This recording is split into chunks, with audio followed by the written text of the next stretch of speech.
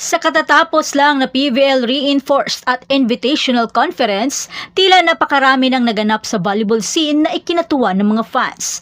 Lalo na ang katatapos lang na invitational na nagbigay karangalan sa Creamline bilang kauna-unahang nag-Grand Slam sa Philippine Volleyball.